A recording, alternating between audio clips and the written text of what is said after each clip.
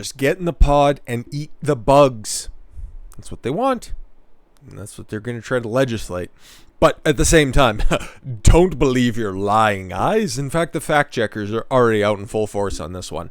But here's the headline. Then we're going to get into the guts of it. You can determine for yourself. It's kind of retarded. How Biden's climate plan could limit you to eat just one burger a month.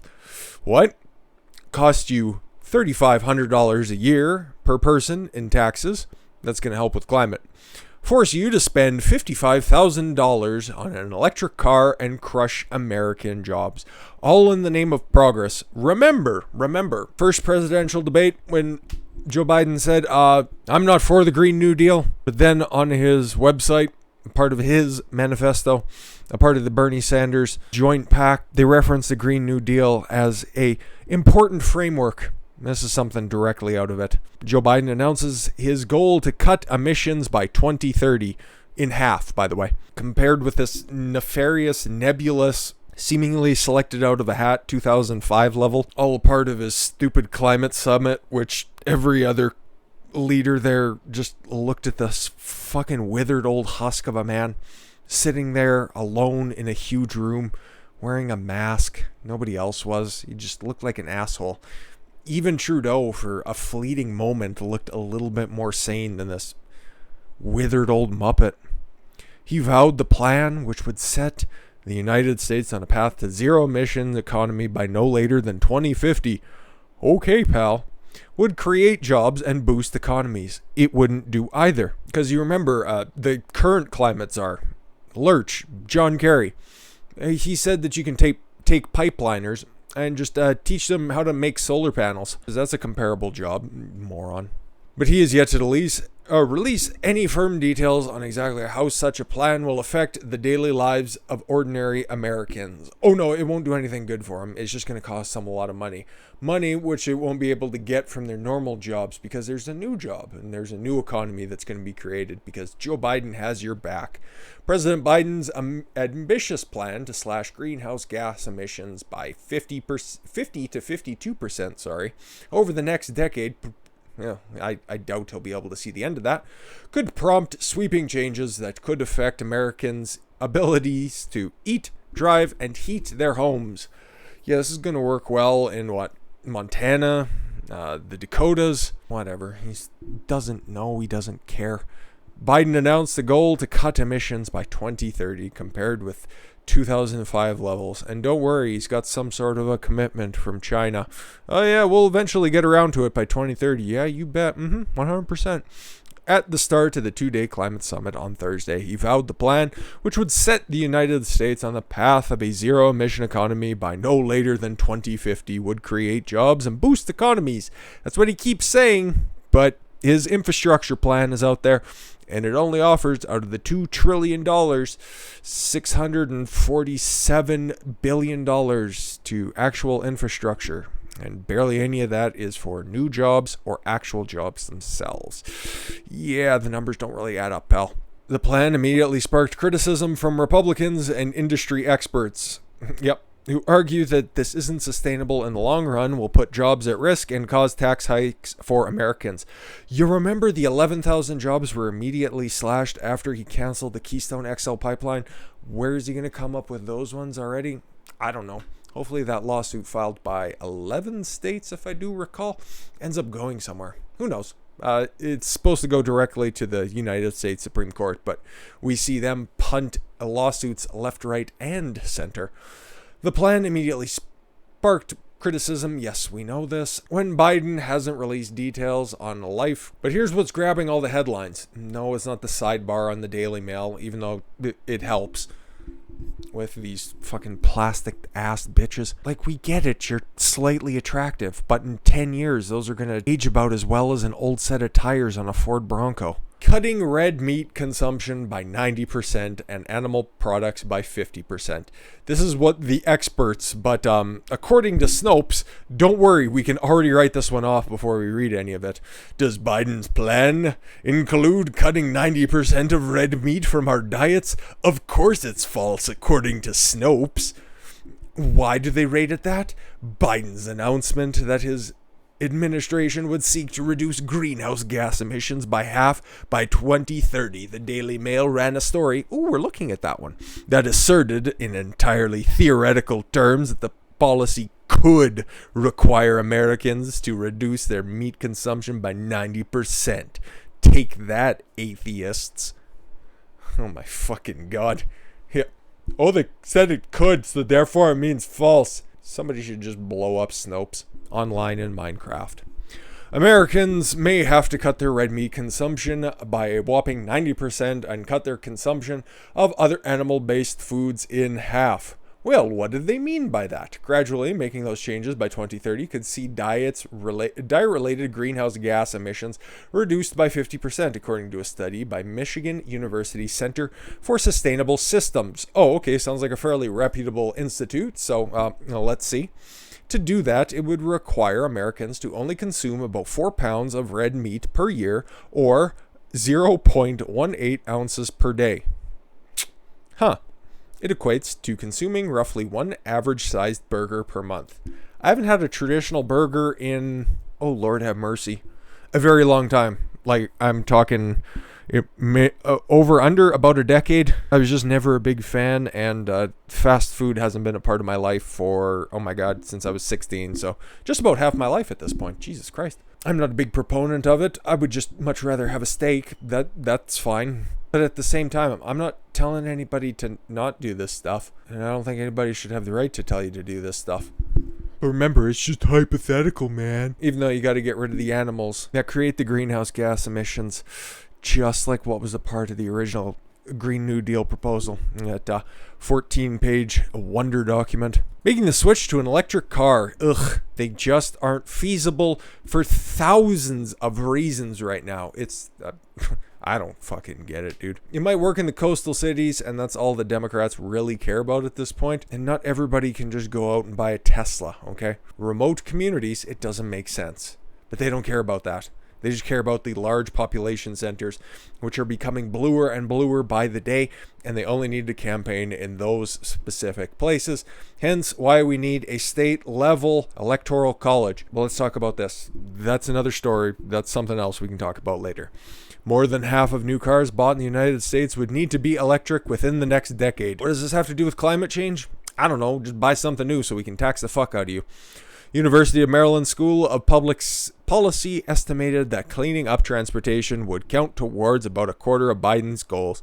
It would mean that more than 65% of new cars and SUV sales and 10% of new truck sales would need to be electric. Currently, electric cars make up about 2% of new passenger vehicle sales. Why? Because they just are so fucking expensive.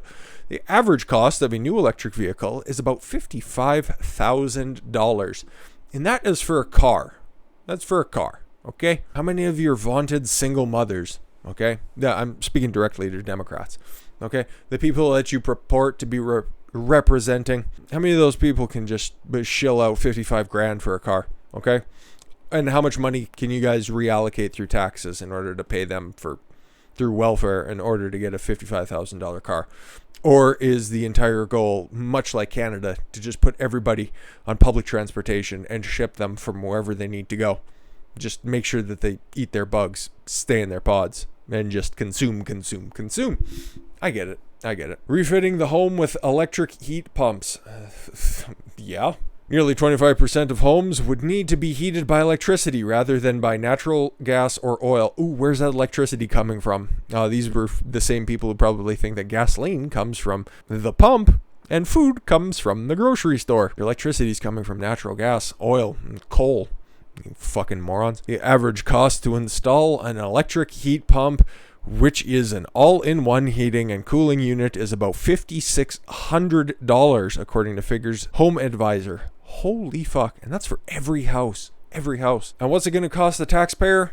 Oh, just a couple of $1 trillion. Don't worry about it. At this point, we're spending so much. Yeah, fuck. What's a few more trillions, right? Industry leaders say Biden's climate plan, well, there are no cost specifics yet, much like Bernie Sanders' healthcare plan. Oh, it will be cheaper than what we are currently spending on healthcare right now. Can't believe we have to invoke his name again today, but it makes sense.